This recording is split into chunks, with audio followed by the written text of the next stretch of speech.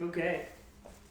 The Give and Go podcast. This is our first... Whoa. I just realized. What? Our first podcast was after the finals last year. Yes, yeah. We've come a full year. Yep. I'm pleasantly surprised. Not that I thought we weren't going to make it, but it is hard to do a podcast like that consistently. Yeah, especially when you're juggling with other responsibilities. Yeah, and you work started and just, I mean, I hope we get to keep doing this. But yeah, that's great. Yeah. Happy 4th of July. Happy 4th of July. Yeah. And 4th of July special. Yes. For our devoted fans. Okay, so this podcast, we're going to start with a few thoughts on the finals because we haven't had a chance to record since then. Mm-hmm. Won't take too long.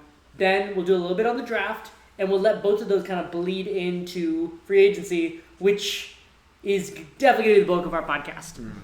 So let's set a timer and try to stick to it, which we won't, but that's fine. So I'll just do 5 minutes on the finals. But okay, so let me go to the right part of this. Okay, I just wanted to talk a little bit about our finals lessons from last year, reflect on them, and then give one or two from this year. Okay. So last year, what I had written down was number 1, Josh Allen ruined quarterback evaluation for the next half decade, and I thought that the Pacers were going to ruin teams' self-image evaluation for the next half decade.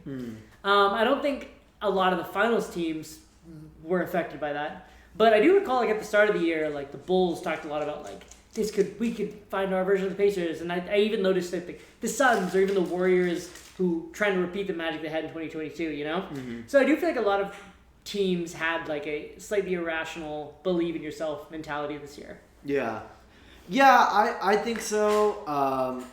It ended up not not really mattering, and kind of bleeds into some free agency stuff with certain teams making certain decisions on their core. But certain teams, certain decisions. What could you be talking about? But I think the idea of pace being the meta, it happened in the league, but maybe not quite the way that we maybe thought last year. Yeah. And, I think teams caught up to that. I think teams adjusted to that. Yeah. But yeah. Yeah. Second lesson was and this is not really something new that came out of last year, but it was still a good reminder to ignore the season's first quarter contenders and prioritize the final 3/4 to half of the season to find the road contenders. Now, this one was a little bit nuanced, but I do think that if you ran the right numbers, you might have been able to catch the fact that the Knicks were heating up. Now, certainly not to the degree that they did. I even mentioned them as a dark horse, but it was way out in the ether. Yeah. But if you'd been watching, maybe you would have noticed this team is hitting a different level. Yeah. Towards the end of the regular season, and especially in the playoffs, obviously. Honestly, I think completely correct. I mean, they played differently after the All-Star break. Granted, not maybe championship, the run that they had, not at that level, but definitely better than the first quarter, first half, up until the All-Star break. Yeah, I think that one is going strong for a lesson that I didn't necessarily listen to, but yeah. Yeah, definitely something that we should keep in mind next year is even if there's indicators, any team that's on the right path is teams that we should really be looking at more. Yeah. You know what I mean? Yeah. And you think about a team like the Denver Nuggets as the antithesis of that. Yes. An excellent point. Yeah. Who got bounced who I in the couldn't first get round. off the train. Yeah. Because they struggled so much. Yeah. Oh, thank you. Yeah, the Nuggets were an example of a team that didn't fit that mold and got bounced in the first round. Yeah.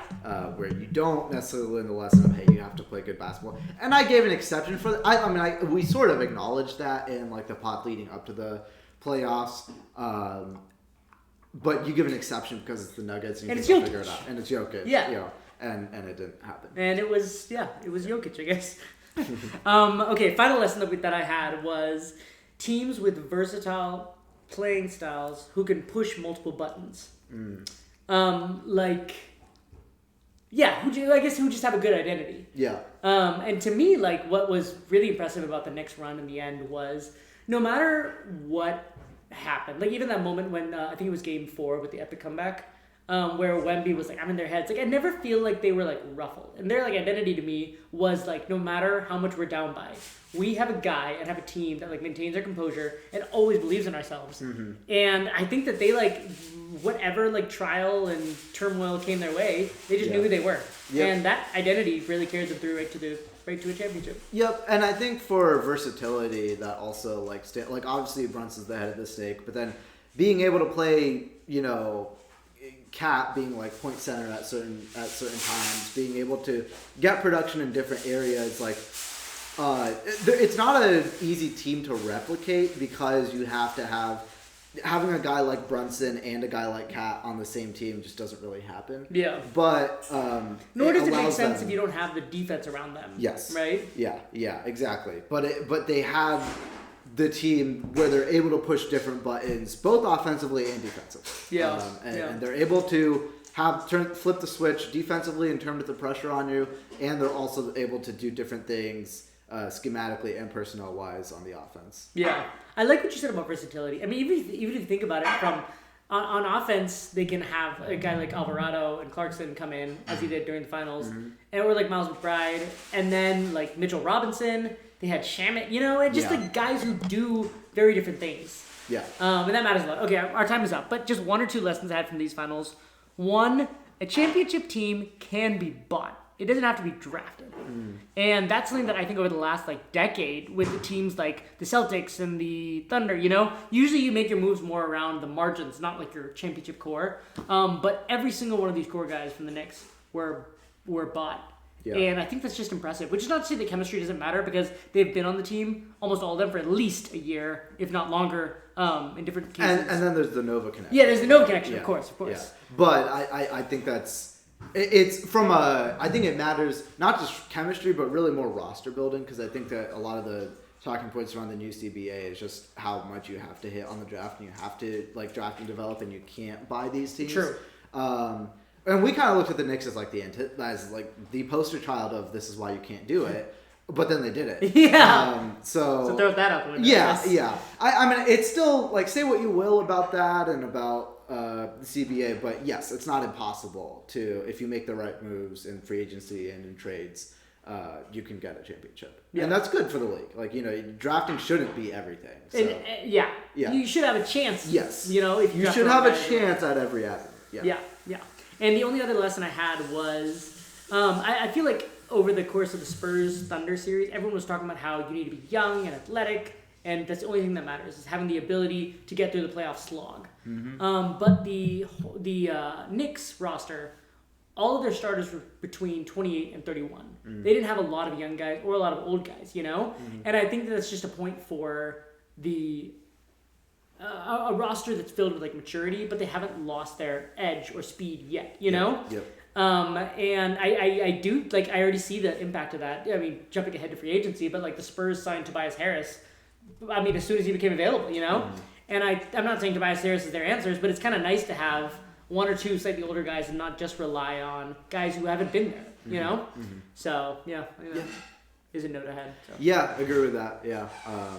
A lot of young guys in the finals recently, but the experience matters, and I think it paid off for the Knicks. Yeah, for sure. Cool. All right, let's jump over to the draft. Okay. How about you lead this one? Because I didn't have a ton of thoughts. Yeah, I mean, look, I was kind of checked out of this one since the Pacers lost their pick. Yeah. But it's a good draft. It's a deep draft, and I think the top four obviously is not surprising to anyone. Yeah. The only surprise would have been if the top four was any different. Yeah, honestly, and I think probably the consensus boards would have mostly been DeBonza Peterson, Boozer Wilson, and that's how it went. I think especially the argument, the most maybe polarizing guy there would maybe be Cam Boozer, but he's not going one. And then for the Jazz with their front court situation, he's not, it doesn't really make sense to take him there, especially when you don't have an established team like that. It was a draft where in the pre-draft it was really fluctuating opinions, but looking at it afterwards, it's okay, that makes sense. The more interesting picks, I think. So I had a pick that I really liked and a pick that I was not very high on. And so for the pick that I liked, I would go with OKC drafting a Demara. I know, written that too. Yeah, really? Okay, yeah. Okay. And this is like, obviously the draft occurs before free agency. You don't know that you're going to take Hartenstein. But we were talking a lot when we were looking at the Thunder look ahead about how their front court might get a little bit more thin. And the big bad is Wemby. And also Jokic is still there, by the way. So you have several front court players that you need to deal with. You need size. And they got that in Ademara. And just being able to have that body. And you'll see if he can do the other things. Can he like be able to fit in their ecosystem a little bit a little bit better, screening and stuff like that. But just having that body, taking a flyer on that size, when you don't have any glaring needs elsewhere, I thought it was just a great pick of their resources. I wrote down that I'm already pissed that the Thunder got this guy. Yeah. He's just such a Thunder fit, build, and you just know that all the athleticism or energy questions that people have are just going to get thrown out the window once you see him playing. I'm sure he'll be fine if the Thunder picked him. Yeah. It's just upsetting. You take a flyer and it'll the player development is top notch. So yeah. So since we had the same one, the other one I had a note on was I really like Kingston Flemings. Okay. I think he plays the right way, and I also think the Hawks need a guy like that. They're so young and fast and athletic that I like the idea of getting someone who could run with them, who is still going to compete on defense. Maybe he doesn't have ideal size, but I mean the biggest thing about the Hawks is that unless Jalen Johnson can develop into an offensive hub, they do not have that guy. It's just CJ McCollum, who's good, but he's not going to win you a championship. So looking for guards who can be on the ball and help out with that. I just really like that fit, and I've liked Fleming for a while. So. Yeah, I like that, and I think it's good for the Hawks in general to have the opportunity where it's an exciting time for them. I think where you're in that in between, but you have the opportunity to grow and to be able to get such a good young guy. Yeah. It just gives you more things of, if this breaks right, we could leap it to the next tier, which is exciting when you're a fan of that franchise. Yeah. Outside of the Reese pick, the Hawks have been on one. They've just made smart move after smart move, in my opinion. Yeah. We might get into that later because we'll see. We'll see about that, but yeah. All right. Pick you didn't like. For me, it was the Mavericks taking Mo Johnson. Did we have to say one? What are we doing? Oh man. Okay, well I guess blame the draft for making it so obvious, but I didn't see this one at all. No.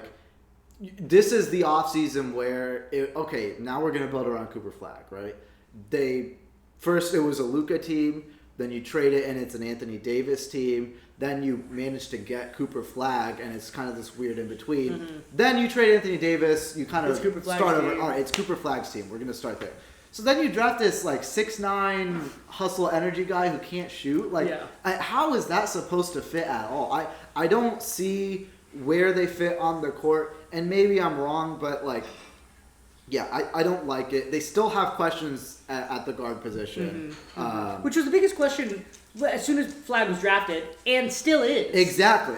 And this should have been the offseason to really fix that once and for all, and be able to get imagine if you were able to get a really highly touted young guy to pair with Cooper Flag, and you get that kind of backcourt frontcourt type of synergy going on.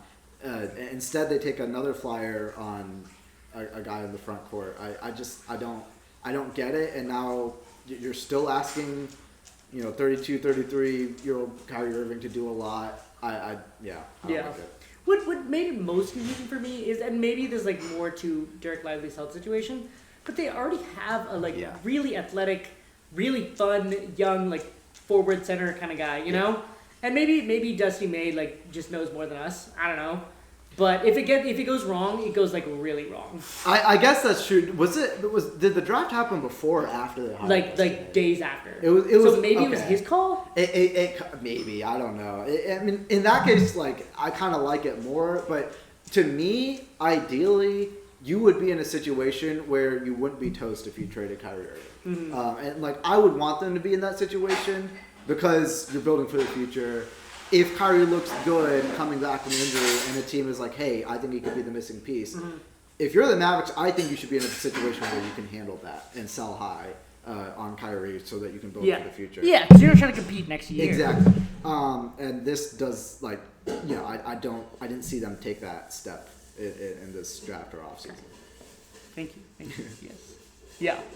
Yeah. I don't even have a second one. That was the one I didn't like. Yeah. Because the draft was, to be honest, just kind of boring because it was so chalk. Yeah. And the thought I had on that is we just have too much information these days.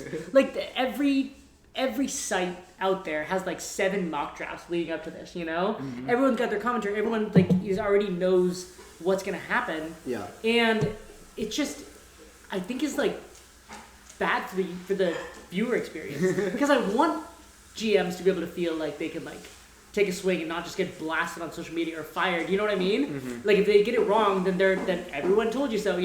Like I like the idea of teams operating at a different level, but it's just not how that works anymore.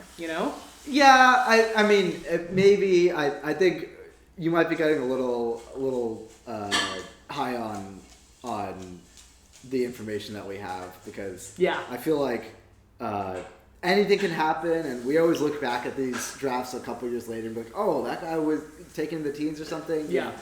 I think the information is there if you want it and if you need it, but I feel like a lot of NBA fans are not draft. Like, it's not like the NFL or something like that. Yeah. So it's for whoever wants to consume that information and content. Yeah, which I am Yeah. maybe you online, maybe. Yeah.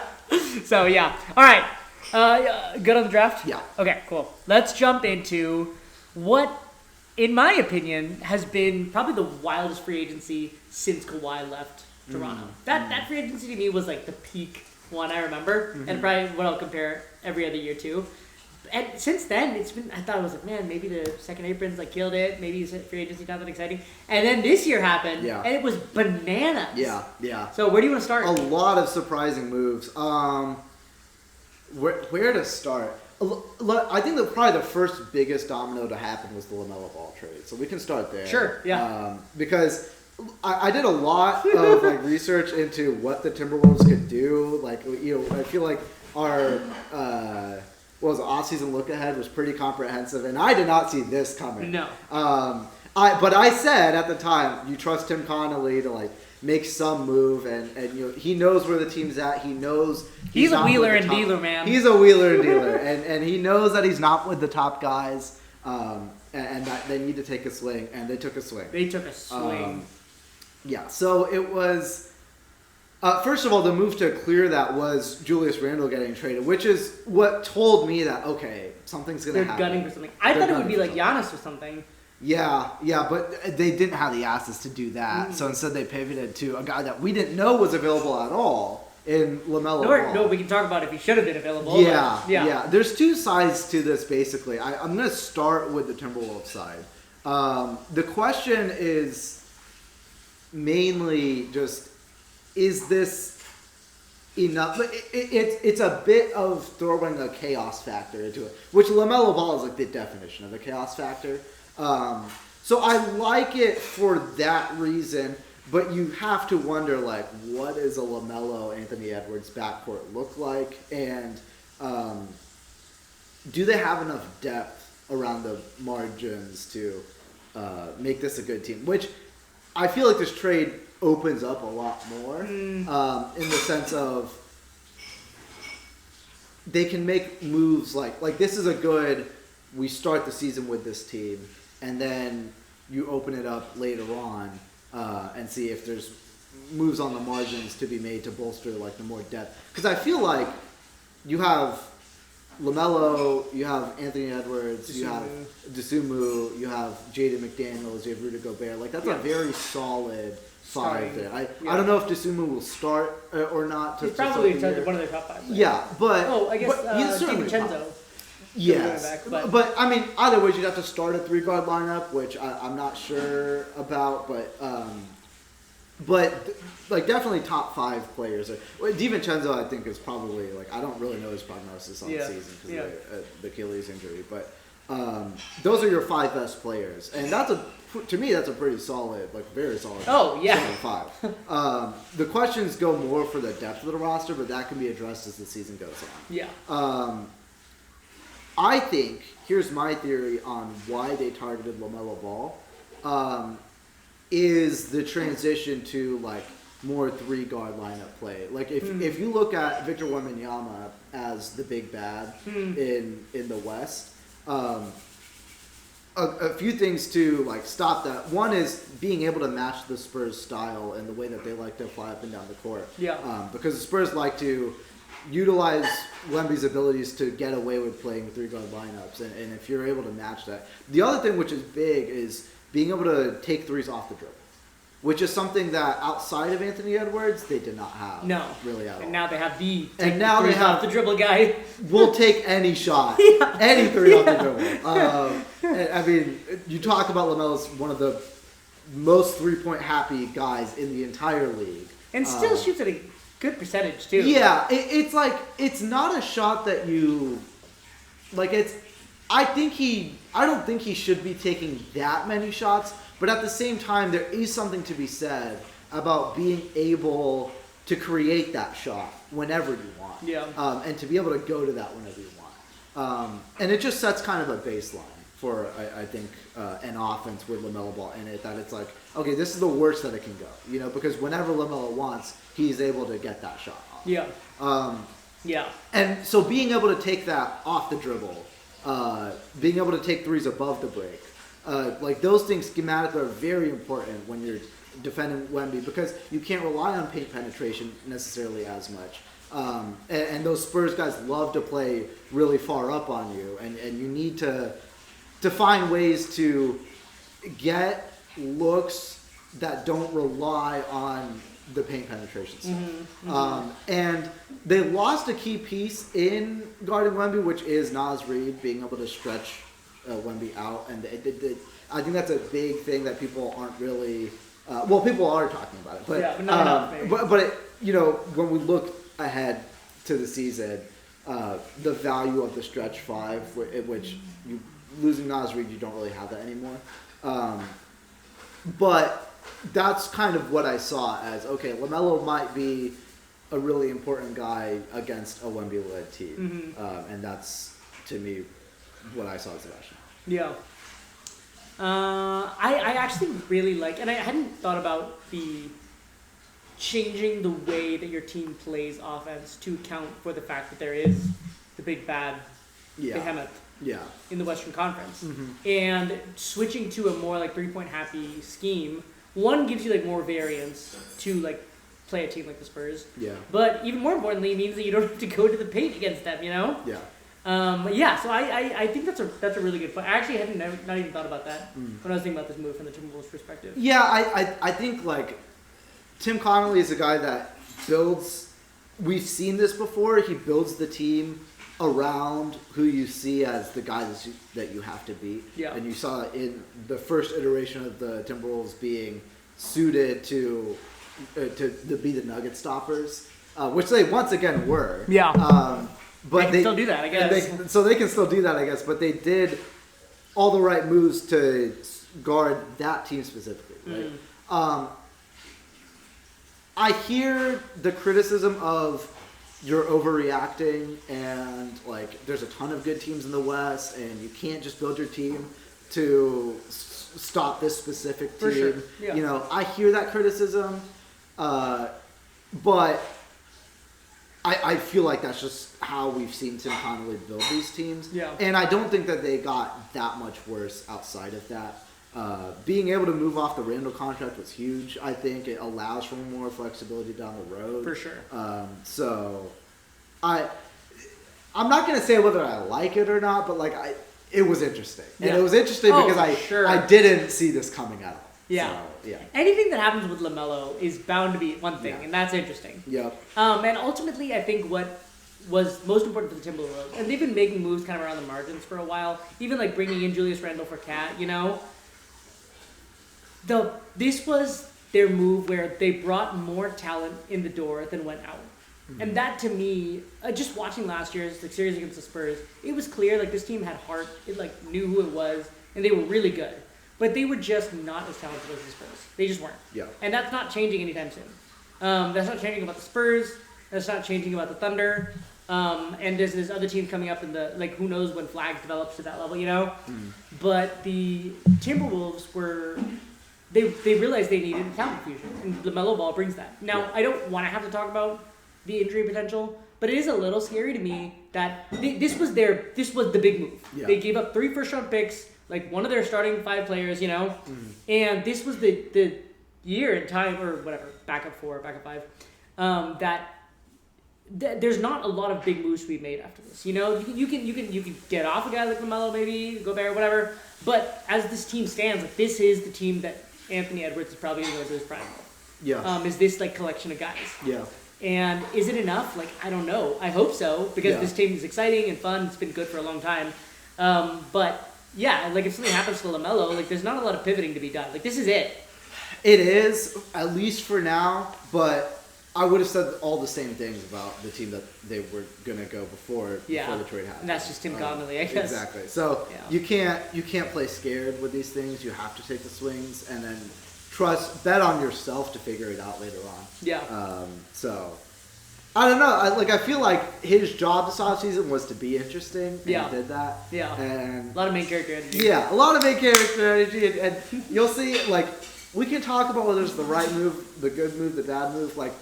It's not like he overpaid for LaMelo, I don't think. Yeah. So there's questions about the fit for sure, the availability for sure, and again, I'm not saying it's a home run, but you're interesting. Yeah. And as long as you can do that and keep doing that, it gives Anthony Edwards as many bites at the apple as he can afford and as you can give him, and that's kind of your job. It's just to how can I put a good team around Anthony Edwards? Yeah. And, yeah. And ultimately, they are better.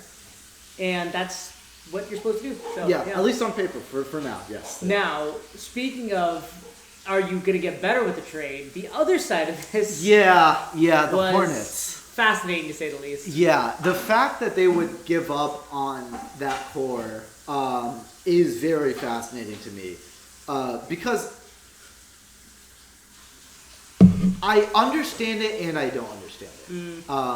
So I'll say my piece and then we'll see where you fall in that spectrum. Because I'll start with the argument against it, which is just that you were building something that this was the right. You had all the pieces there. The plus minus was off the charts. Everyone loved you. Sure, you didn't get it done in the play-in. The more upset I'm getting. You didn't get it done in the play-in, sure, but you had all the pieces around him. You had, Diabate was the perfect guy. Bridges was the perfect guy. Obviously, you had Miller and Knipple, and then the guy that made it all work was LaMelo Ball. It was his offense. It was his team, and then you trade that away. It's not like you got a terrible package for it. It wasn't like a Jaylen Brown situation at all.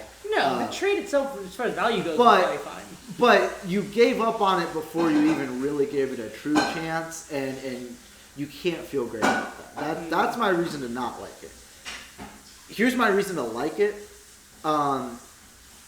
LaMelo Ball was up for a significant extension. Was he this year? Well, no, like just in terms of the money being given to him. Yeah. The extension was kicking in, and it was a lot.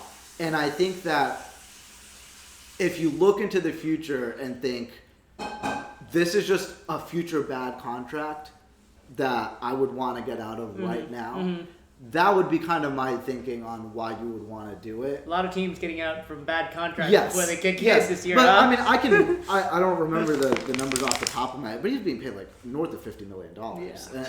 And he is not that. He's not at all that. You say what you will about him, but when you factor in the availability stuff, and it's not like when he's healthy, he's a top 10 player either. So I understand why they get out of that, and then the onus is on Brandon Miller and Concanipple to take the reins to fulfill that role as the playmaker, which they got worse because I don't think that those guys can do the things that LaMelo especially not now. does. Yeah, I don't. Or ever. I mean, LaMelo's a different breed, man. Yeah, and like it's different being like the facilitator and hub of the offense. Like I think those guys are great offensive players for sure, but you're asking them to fulfill LaMelo Ball's specific role. You're probably going to see them look a lot more boring. It's probably going to be Kobe White starting, I would imagine. Yeah, they already paid him longer. So. Right, which I think is fine, and I think it'll be a fine team. But yeah, you just got off the train, and you got off it really early, and time will tell whether that was the right move, I guess. But for me, I didn't realize how strong they felt about it from the Hornets' perspective until we started talking about it. I've never been a LaMelo Ball truther. Like, I always thought there was problems with the availability, and it was way too flashy for me. Yeah. But what he proved to me last year was that when the team is right around him, like, this guy can be a winning player. And he can be awesome. And sometimes, like, as humans, we do this thing where once we get it right, or a taste of getting it right, like, one time, we just skip to the next step. We're like, we know how to do this. Like, what we just did was easy, because we're like, it's behind us. Like, it's been done. Mm-hmm. But, I don't know, having a roster of, like, an average... their starting lineup was, like, 23 years old. Yeah. Average age. And getting that team to have the best plus-minus in the NBA for, like, half the season, for that roster, for that lineup, was, like, special. And to me, like, even the fact that everyone could create their own shot, everyone could, like... play and hustle, and they just looked so good together. It was fun and it was fast. For a team like Charlotte, like, this is not San Antonio we're talking about. Yeah. For a city like Charlotte that has not tasted a lot of basketball success this side of 2000 and even prior to that, I just wish that they maybe let it cook like a little. Maybe we could do 5 minutes to see if this team had something, because I thought that they did, and it was fun and it was exciting, and it was one of my favorite teams to watch. Mm-hmm. And I just think that they got off of it really early. And maybe, I mean, they see the guys in their locker room. You know, they know more than I do. Yeah. And they did a good job putting the team together. So maybe they'll have more later, right? Yeah. But sometimes, like, you don't have to do things like we're not going to win a championship, so I'm going to jump to there and trade 2 of my 5 starting players now, you know? Maybe it's okay to just let it ride and let the fans have their fun, like, see if this actually works, because you don't know the answer to these questions. Yeah, yeah. So I was disappointed for sure. Yeah. On the other hand, like, you're never. I don't think if you let it ride and it doesn't work out, are you ever going to get a better return for LaMelo Ball than Probably you did? not. Probably not. This was like good value. Yes. Yeah. So I don't know. Like, if the season didn't happen, would I understand making this trade? Yes. Do I love the fact that I'm putting a lot on, like, this 2 or 3 month run that you had in the regular season? No, because we just talked about not over-indexing on that, right? Yeah. But at the same time, it really, really worked on the court, and then you just took it away. So I feel really conflicted about it. You could really sell me either way. Yeah. But that's the job of the front office, is to make tough decisions. Yeah. It's definitely one of those trades that it's hard to put a referendum on it in the present. Yeah. Because we really have to wait and see how this pans out, you know? So, but we'll never know what this Hornets team could have been like. So, anyways. Yeah. But yeah, okay. I mean, that was a huge trade, but there were a lot of other ones. There were. So I think there's a few directions we could go. Should we just get to Jaylen Brown, or should we start with Giannis? Let's go Giannis. We can also talk about them like parallel, because the Celtics were also in on that for a while. Yeah. So what'd you think of the Giannis trade? I mean, who was playing for the Miami Heat? I don't know, but it's a move. Giannis Antetokounmpo. Right. Yeah, and that's. Thanasis question mark? It's a move that you had to get done. I mean, they've been trying to land the big fish since Damian Lillard left Portland the first time. Yeah. Right? KD. KD. Yeah, they were in those sweepstakes. They were trying to lure Giannis in for years and years. There were whispers here and there. But they finally got it done. And they paid a lot for it, obviously. Oh, yeah. But it's not I don't know. You have to make those swings, and now they have their guy, and now they're exciting, and people want to play for them, obviously, and I don't know. It's not super deep analysis because, to be honest, do I actually think like where would I rank them?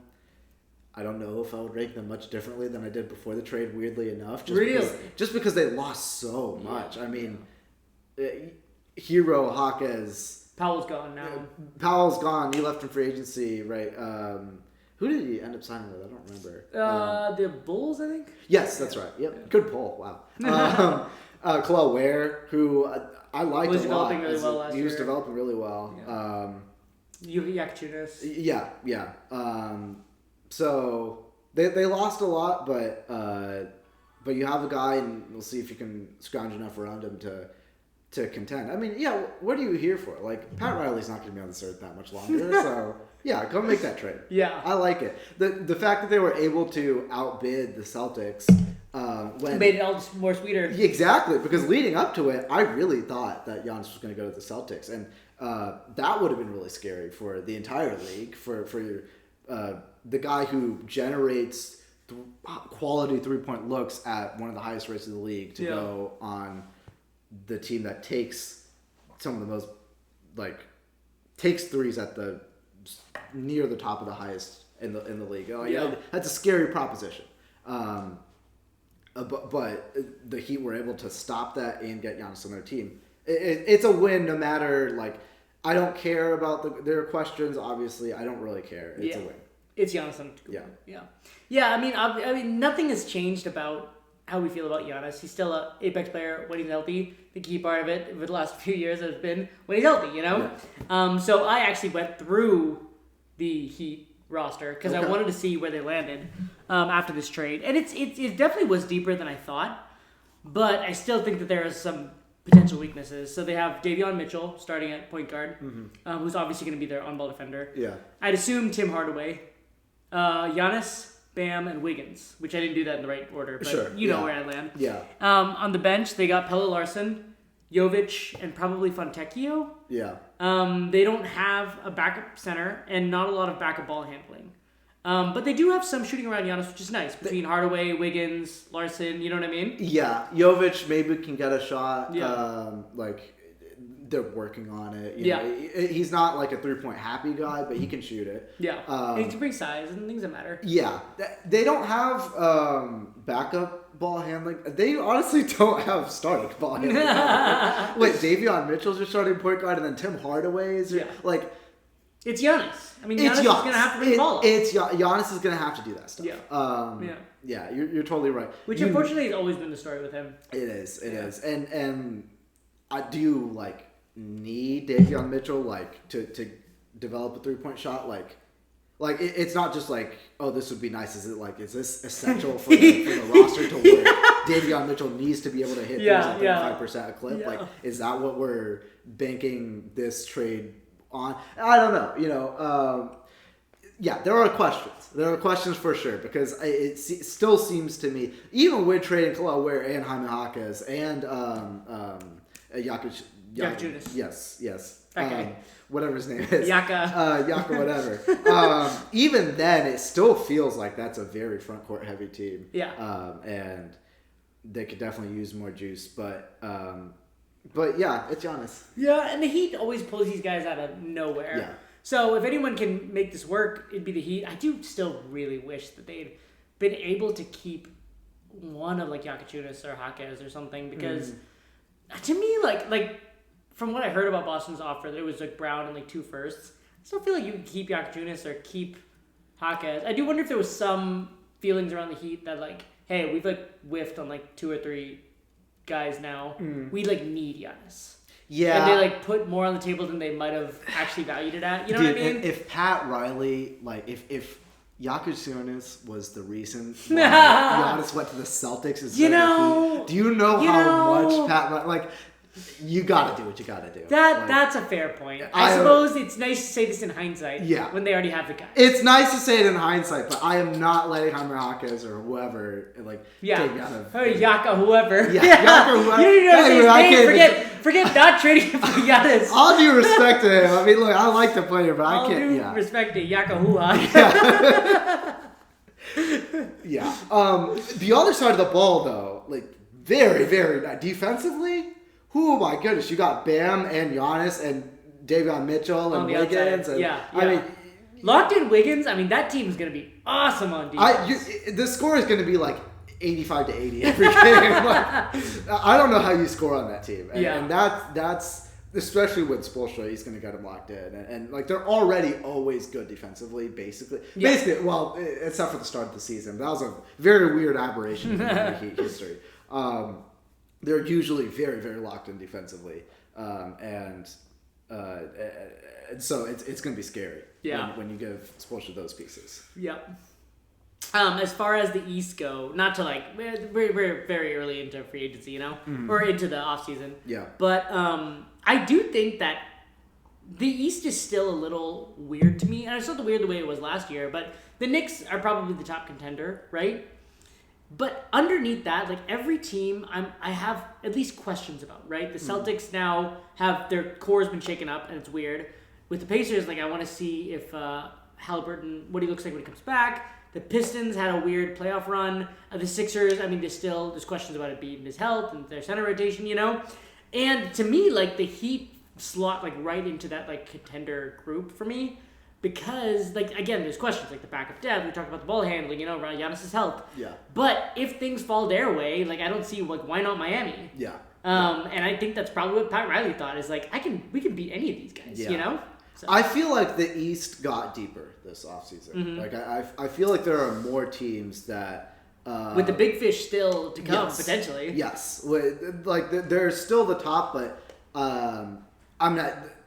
You have to imagine the Celtics and Sixers equalized over the offseason a little bit more. The Heat vaulted up a little bit more. I feel spicy I feel like they're deeper. It's a deeper conference. So I agree. It could really be chaotic for next year, and I'm getting more excited thinking about it. Yeah, it's gonna be. I think there's a lot of teams. You're right that are in a kind of cloud. Yeah. I don't know who's on top. Yeah. And that's exciting. That's great. Yep. So, yeah. All right. Did I have any more thoughts on this? I think they're above the first apron. They still have a little bit left of that mid-level exception that they can use. But, I mean, it's $7 million. So I think whoever's on their roster is pretty much going to be who's on their roster. Yeah. And it's really, it has to be targeted at shooting, you'd imagine. Or deep. Well, yeah, definitely shooting. Actually, definitely you're right. shooting. Yeah. Whoever you can get, if he can handle the ball or shoot, if you're Miami, you have. I don't have a guy in mind yet, but I mean, a lot of them have already been signed. Yeah, because it's a very valuable skill. Right. But yeah, so the other side of this trade, the side where that did not get Giannis Antetokounmpo. Yeah. Yes. Yeah, I think it might be one of those where were you? Like the way I felt about it, I'm not trying to compare it because nothing can ever compare to the Luka trade, right? Mm-hmm. But when it happened, I was just constantly refreshing the page, trying to be was there more? What are we sure this is? Was it Paul? Was it another George? What? What am I missing? Yeah. Yeah, this one. I feel like what made it so much worse for me was just the fact that you were gonna use Jaylen Brown to get Giannis, and then you end up trading Jaylen Brown anyways, and just got immeasurably worse. It's the opposite of the Timberwolves situation. Yes. Yeah. So I don't know. What were your thoughts on this? Because I feel like I understand this one maybe more than most. Oh, really? Okay, curious. Yeah. So why don't I go first, and then you can explain what ahead, you say. Yeah. There's obviously been a lot of talk about analytics and Jaylen Brown's kind of advanced metrics, which people look at to indicate maybe why the Celtics made this trade, because I know they're very analytics heavy, right? To me, I mean, where I'd start was ever since that 2022 middle of the year when they started going on a run that took them straight to the finals. I always thought that the core strength of this team was these two wings that, like, no matter who you put around them, they could always, like, generate good, at least average to good shots, and play hard defense. And that, to me, is, like, such a solid core for being a perennial contender. Mm. And when you mess with something like that, like it's important that, like, teams don't forget, like, where success is really, like, driven from. Because sometimes they do this thing. Like, I remember when the Grizzlies were getting, like, really good and a lot of steam. And whenever he'd go down, the Grizzlies suddenly, like, their metrics looked better for some reason. Mm-hmm. And I think it confused a lot of people, and they started asking the question, like, are the Grizzlies just better without Ja? Because you can turn him into a trade piece, you know? Yeah. I remember in the 2020, right before the bubble, when the Rockets traded for Robert Covington and we lost Capella for, like, 2 weeks, we won, like, 7 straight games. All our advanced metrics looked really good. And they were like, we should just trade Capella. We don't need a center. We're going to do the full send it on small ball. You know what I mean? And they traded him. And we got, like, destroyed by the Lakers in the second round. Yeah. And, like, sometimes, like, metrics matter a lot. Like, I saw a stat floating around recently over the last, like, whatever, year or two. The Celtics are 36-6 without Brown. Yeah. They have a very deep team. Like, you want that, like, 1 to 10 roster that's, like, more evenly split as far as, like, payroll goes. You know what I mean? I've seen a lot of thoughts around that, but to me, like, I don't know. I feel like we might have just gone too far with, like, these, like, analytics, because I do think that the Celtics are going to be worse without Brown. I do think that they have misvalued him, and they've done the thing where they're like, well, technically, if you just replace him with George and we have more depth and da-da-da-da, it's like, I don't know, maybe having 2 awesome scoring wings is good. Yeah. And one of them is just not Paul George. Yeah. So that's my thoughts. I was sad and upset for them. But. Yeah. Look, okay. I don't want to make it sound like I'm defending this trade. Sure. Because I want to hear a different perspective. I don't think it was a good trade. Mm-hmm. And I think especially when it's like I said, when you juxtapose the fact that they were supposed to use Jaylen Brown to get Giannis, and then they move off of Jaylen Brown anyways to get worse. Mm-hmm. Like, it's hard to really square that. Here's where I'm at, though, is that, like, if you remove the Giannis thing from the picture, do I think it's unreasonably bad trade value for Jaylen Brown? No, I don't. Is it because of the contract? Yes. Well, it's because of the contract and because, like it's everything, you know. But the contract's a big part of it. Mm-hmm. So he's getting paid $57 million this next year. Then it's going to be $61 million, then $66 million. I would say 60s is insane. Insane. And this is for a guy who, like, I feel like this Jaylen Brown is not the same Jaylen Brown that I watched, like, 3 or 4 years ago, in the sense of, like, that Jaylen Brown, first of all, was hitting 40% from 3. Last year, you're talking about the championship year? Yeah. I mean, last year it was, like, 33% or something. Mm-hmm. Obviously, he was taking more. But, like, he was efficient. He could attack the closeout. He was a defensive pest. The Jaylen Brown that I watched last year was a guy who was very clearly, like, taking on the number 1 role and enjoying that, but maybe enjoying it a little bit too much, where I feel like his game got a lot more boring. Like, it was... When I watch Jaylen Brown offensively, there's a lot of lack of creativity, I think, in the sense that he gets forced into tough shots way too easily. He's not able to get... Like, he can hit them, but I'm just not very inspired by a guy who gets 28 points per game on, like, mid-efficiency. Like, I don't see that as, like, championship material. For your 1A guy. For guys being paid that much. And I don't think that, like... there's, like, let's say you're starting a new team. Let's say you're the Bucks, right?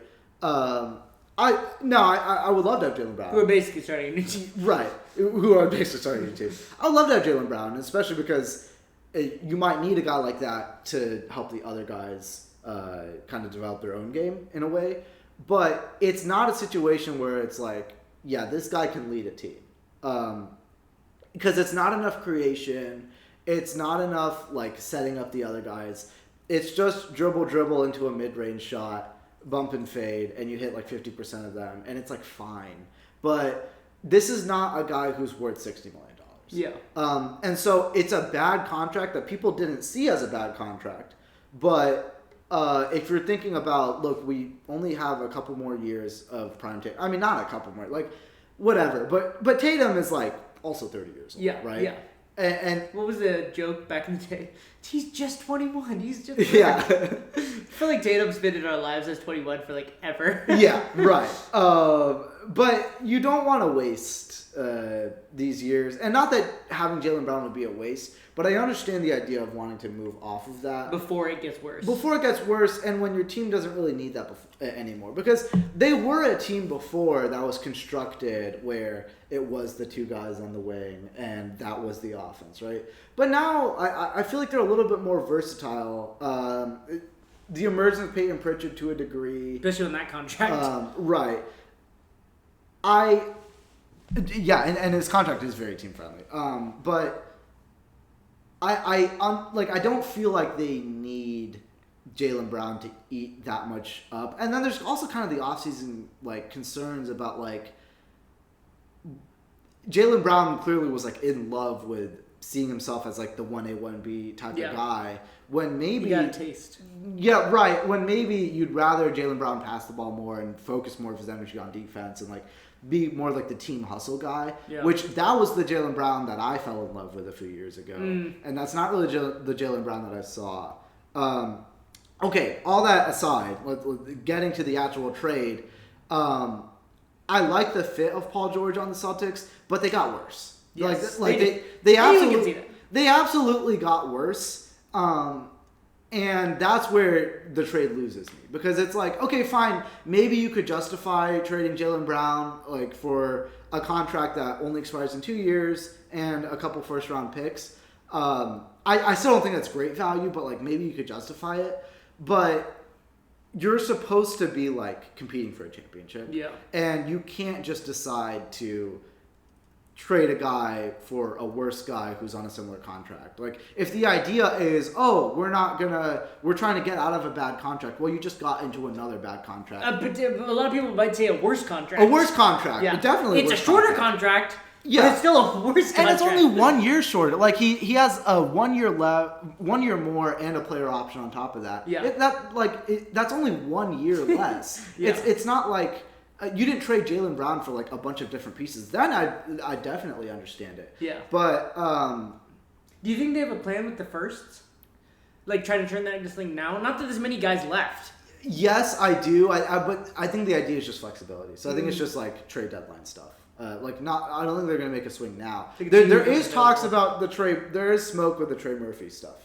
There's always smoke with the Trey. There's always smoke with the Trey Murphy stuff. There are 15 teams in the league at any moment, I'm sure, have mentioned, we really love Trey Murphy. Trey Murphy's our guy. It's like it's like Giannis at this point. Yeah. But you just traded a 3-and-D wing, so it's kind of funny if you get Trey Murphy on top of that. But look, I mean, there's smoke there, but I think the idea is just flexibility. And so that's my thinking with where they're going with that.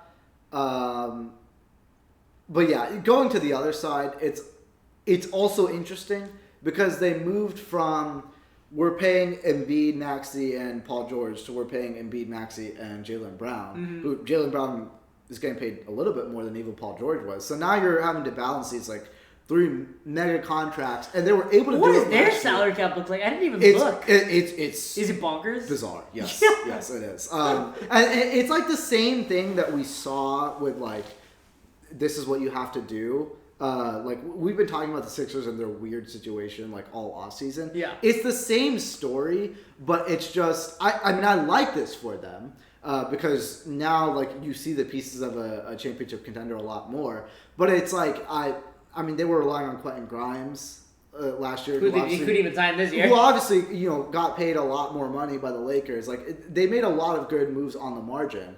But with this, I really don't know. And then what happens when VJ Edgecombe is up for extension? I don't think Forget it. Yeah, I don't think that they overlap. Like, I think you're able to ride out his rookie contract and then sign him to an extension. Okay. Like, agree to the it's an extension on his rookie deal. Right? Yeah, but you don't have to start it or whatever. Right. Yeah.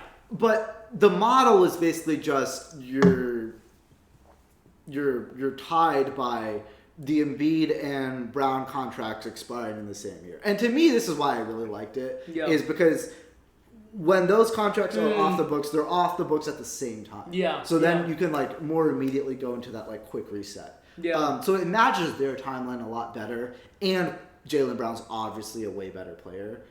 So they got better. Yes, they got better. And so I like weird. it for It's that. funny. It's very simple that we're talking about all these trades this way this year. It's like, this team got better. This team got worse. Yeah. You know? Yeah. And it's clear like what their priorities are. There was a clear like team that got better and team that got worse with this one though. Yeah. And that's why you don't like it, is because I don't think the Celtics are a team that really needs They to are a be win like now mode. Exactly. It should be. Exactly. And that was the premise of trading Jaylen Brown, is that we're trying to get off a bad contract early. Well, okay, you still got worse though. Yeah. And so you can't justify that. And all right, here's another thing. I'm just going like off the cuff here. Like, there's so many talking points that we could get to. Yeah, of course. Here's one: is this talk of Derek White being better than Jaylen Brown? Like, okay. When you talk about value to a team overall, like, I don't know, maybe like. You can get into some of the advanced numbers and like really do a deep dive of their game. And like, I really like Derek White just brings. I really like really Derek valuable. White, especially like his defense and like shot blocking at the guard position is like he's one of the better ones that I've seen in my life. And it consistently impacts games. Yeah, exactly. And usually he's a really good 3-point shooter. Usually, which he wasn't last year, and he was still really, really impactful, which is very, very impressive. Yeah. But I don't like this idea of like, Jason Tatum's our best player, and Jaylen Brown is being paid like one of our best players, but actually Derek White's better, so we're going to trade Jaylen Brown. But Derek White and Jaylen Brown do completely different things. Like, okay, sure, it's maybe not as stark as when you're trading a center for a guard or something, but it might as well be that way. Yeah. Because when you talk about role on offense, they do completely different things. And even on defense. And even on defense. Right. Like, Jaylen Brown is... I feel like Derek White's a little bit more active off-ball and stuff like that. And Jaylen Brown's a little bit more, like, on-ball pressure like that. So, I don't like this idea of, like, Derek White is now our second-best player. So now we're going to thrust him into the second-best player role, and he's going to attack the closeouts, and he's going to shoot the open three. And it's like... Because that's what the second best player does. It's like, but that's not how you build a basketball team. That's not how you evaluate talent. You don't look at, if Derek White is the second best player, that's because Derek White does Derek White things at a level that makes him the second best player on your team. That's not because Derek White fulfills this archetype of what you think your second best player should look like. To be, yeah. Because that's like Derek White and Jaylen Brown are different players and they do different things. Mm-hmm. And the reason why I get to that is because now you're at a situation where, granted, Paul George maybe has a little bit more ball handling than Jaylen Brown does, and I give him that. But let's say that Paul George goes down. I think you're kind of cooked on the ball handling perspective, on the shot generating, like the stuff that Jaylen Brown does.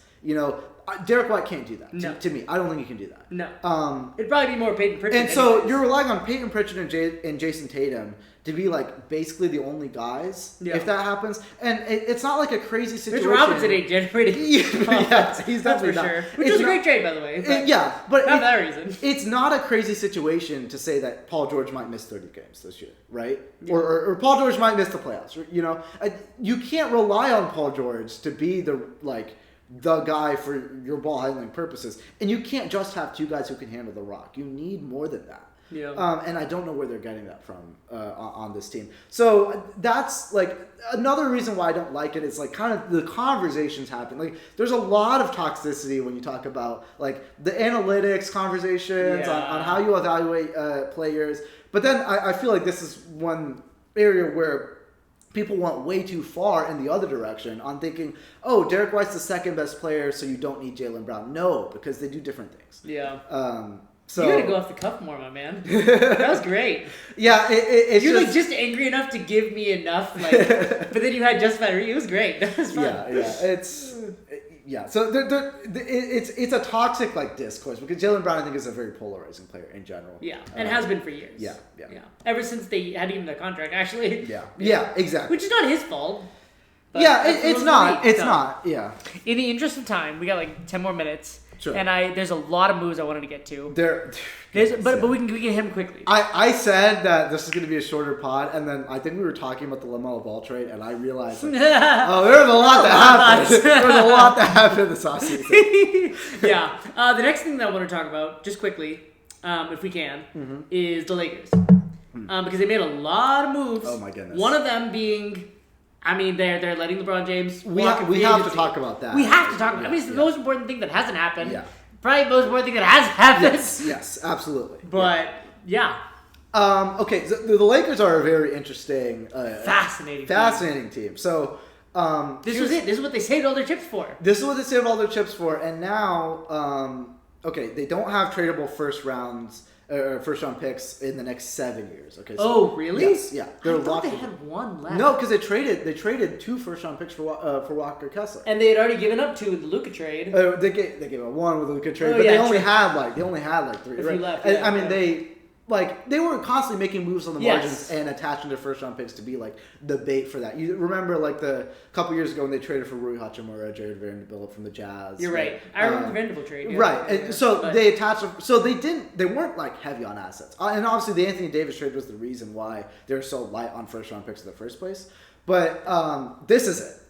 Like this is it for at least the next year or two. Yeah. And. I don't know. So not a lot of defense. Yeah. You're counting on Walker Kessler to clean up, basically. It's like the Donovan Mitchell, Rudy Gobert Timberwolves, where it's like hopefully this guy can stand in the back and do really good. And he's good. Yeah. But it's a lot. I think it's not really about because they needed a guy like Walker Kessler. For sure. And like to be honest, they haven't. Unless you count Anthony Davis, who isn't really a true 5 anyways, they haven't really. He certainly doesn't think he is. He definitely doesn't think so. I mean, I would say he was at different points, but could function as. But yes, it was a weird type of situation. Walker Kessler, on the other hand, is a true 5, and I think if you don't count Anthony Davis, he's like the best 5 that they've had in a very long time. Yeah.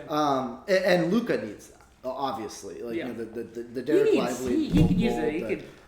Make a lot of guys look that good. He can make a lot of guys look that good, and you don't need a guy as good as Walker Kessler or need to give up that much, I think, which is kind of the other side of that. Yeah. But, like, DeAndre Ayton, I don't think was cutting it. Jackson Hayes is not cutting it. Not even trying to contend for a championship. Yeah. Which is what the Lakers have to do with a guy like Luka. Because you need defense and rebounding. Yeah. And it's like, say what you want. Like, sure, maybe Gafford isn't paid that much, but, like, he gave you defense and rebounding. And the lob threat and the strong screens, you know? Right. He gave you all that stuff. And so you need that. I like this team in terms of being well-balanced, sure, but I don't like their offseason overall. And here's why, is because, I mean, they got worse. They got worse, clearly. You lose... okay, so... Let's take Walker Kessler and LeBron James out of the situation. Sure. Those are like the 2 main guys, and they're so very different that it's hard to compare them. But you basically lost Rui Hachimura. Replace him with... Who he still hasn't signed anywhere yet. But they're probably going to lose him. But they don't have the money. They can't afford it. Yeah. They can't afford him. You replace him and with... Kennard. Oh, yeah. They lost Hachimura, Kennard, Marcus Smart. Okay? They replace him with Mamu Kelashvili. Say that 5 times fast. Grimes and Colin Sexton. Okay, I would rather have Rui Hachimura than Sandro Mamukelashvili. Mm-hmm. I would rather have Marcus Smart than Colin Sexton. And Grimes is good. Grimes is good. I like Grimes. But I would rather take the guys that they had over the guys that they got. Especially to me, like Smart's the big one because. Yeah. I'm not saying Smart's like an elite perimeter defender, but he could do. He was good. He could perimeter defend. I was shocked. And none of the guys that they have can. I was shocked that they to me, it's not just about the talent. Like, the talent's there, but it's the fit. And, like, Smart fit that team so well. Yeah, the, like, smart old guy. Yeah. Well, no pun intended. But yeah, right. Smart old guy, but he can still be an offensive conductor, Yeah. can still shoot the three. Yeah. And really be that hustle and grit guy. Yeah. And to replace Take a charge, you know? Right. To replace that with Colin Sexton, I didn't like that. Like, you could have given Marcus Smart that exact same contract, and I would have liked that more. Yeah, especially if you're serious about contending. Who the heck is defending on this team? Who's defending their guy on the perimeter? Like, I don't even know. Quentin Jared Grimes, Vanderbilt? I Do you guess. have to play Jared Vanderbilt? Yeah, well, that's the other thing is that they don't have a 4. I mean, It's Walker Kessler and friends yeah, on defense. right. Their front court is still super, especially because they traded DeAndre Ayton. Their front court's super thin. Yeah. So like Mamu, I think would start at the 4, That's really weird. and then you have Vanderbilt as like the backup 4/5, I guess. I don't even know, man. I'd so- almost rather have Mamu at the 5 backing up Kessler. Right, but then who's the 4? Like I Vando? don't Vando's know. your I guess starting Vando. 4? Or you play a 4-guard lineup? Yeah. Like, you can't. Right. Not in right. this NBA. So I see like it's a Or good any for that matter. It's a good core. The idea of Doncic, Reeves, Walker Kessler. I just can't You can believe sell me on they that. didn't try to pay Smart or throw more money at Eason instead of going for Sexton and Grimes. Yeah. I don't know. I don't see like the Lakers got worse and they paid 2 first-round picks to get worse. Yeah. And that's why I give their overall offseason a loss.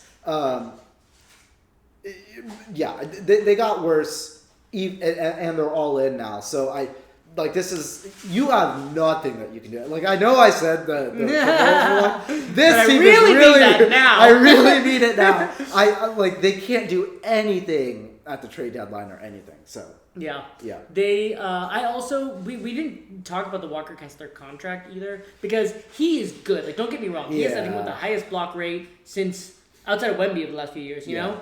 But you are paying him, like, projected type of salary. Like, he is not at the level of his salary yet. You are hoping that he gets there or looks that way next to Luka. You know what I mean? So that's like another, like, if he isn't, like, a all-level NBA defender. Yeah. And rim protector. He has to be. They an are elite rim so protector. Yeah. screwed. Yeah. You know? Yeah. So, yeah. A few other things, quick hitters. Wiggins and Joe left the Thunder.